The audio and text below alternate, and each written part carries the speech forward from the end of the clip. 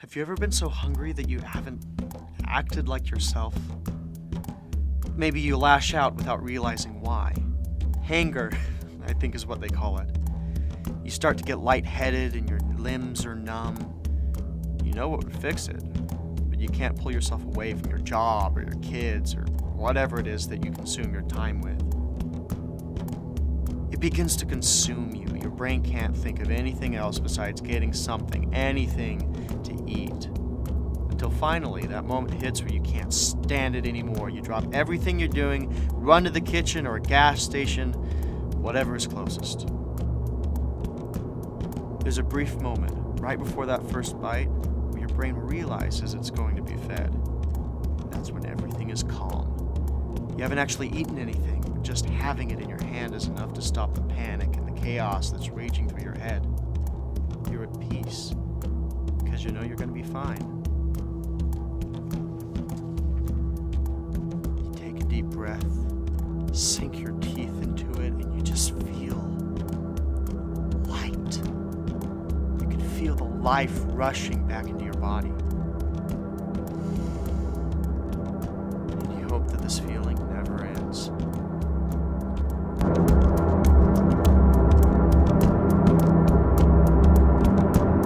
That's what it feels like when you're using? It feels like hunger?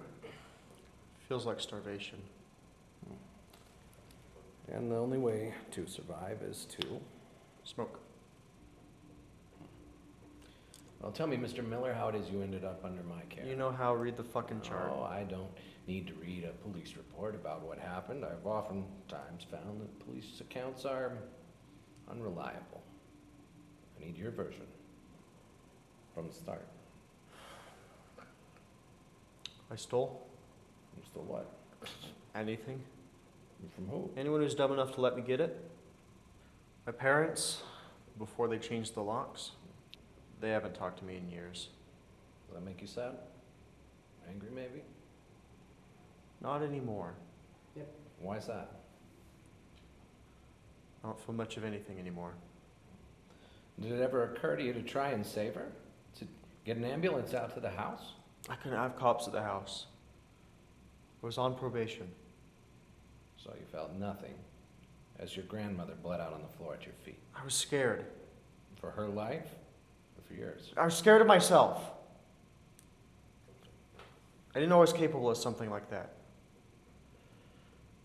I needed a way out. What were you thinking as you ran away from your grandmother's body? Don't call her that. Call her what? Don't call her a body like she doesn't matter. She's a person. She was the only one willing to take me in when everyone else turned their back on me. So you do regret killing her? I'm not a monster. Of course I care about my grandma. Of course I care that my family wants nothing to do with me. I'm a fuck up. I'm a mistake. I'm an addict. Is that what you want me to do? You want me to feel sorry for myself? Because I do. I'm the only one who feels sorry for me. No one understands what it's like to live like I live, feel like I feel. Mason, sit down. No, I'm fucking over this. Mason, sit down. Or I'll have the guards on the other side of that door come in and take you back to your cell, and this interview will be over.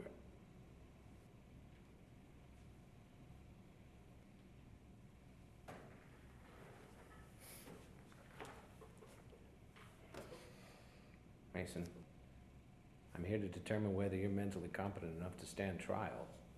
My decision will be the difference between life in a hospital or death with a needle in your arm. So, to make a fair assessment, I'm going to have to ask you questions that make you feel uncomfortable. You're just going to have to learn to surrender control, which is something I understand you don't do very often. So, can we continue without throwing any more of my furniture? Yes. Good. So what did you do? I ran. Where did you run?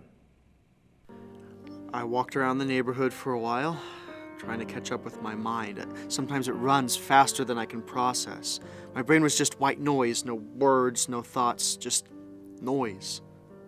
And then? I ended up in front of this old antique shop where my grandma used to take me when I was little.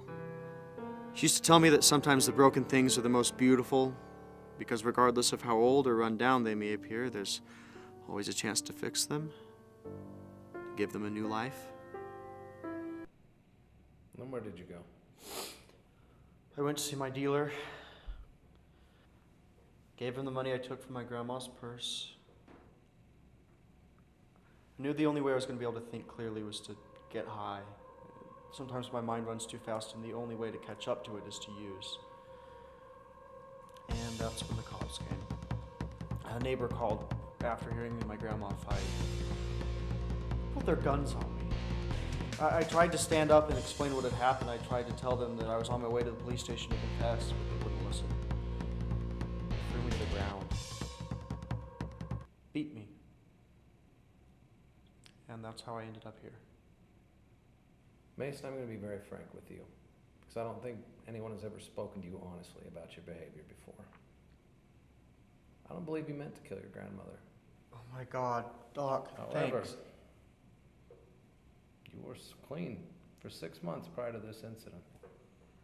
With a sober mind, you knew what your addiction had done to your life and to those you cared about. And yet you chose to go back to that life. You chose to put your hand into your grandmother's purse, and that choice ended her life. It's going to be my recommendation that you're mentally stable to stand trial. But Doc, you just said it yourself. I didn't mean to kill anybody. Right. Unfortunately, the intention with which we do something doesn't absolve you of the consequences of your actions.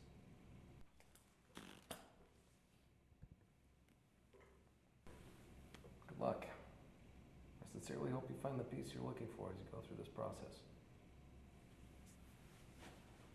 No offense, Doc.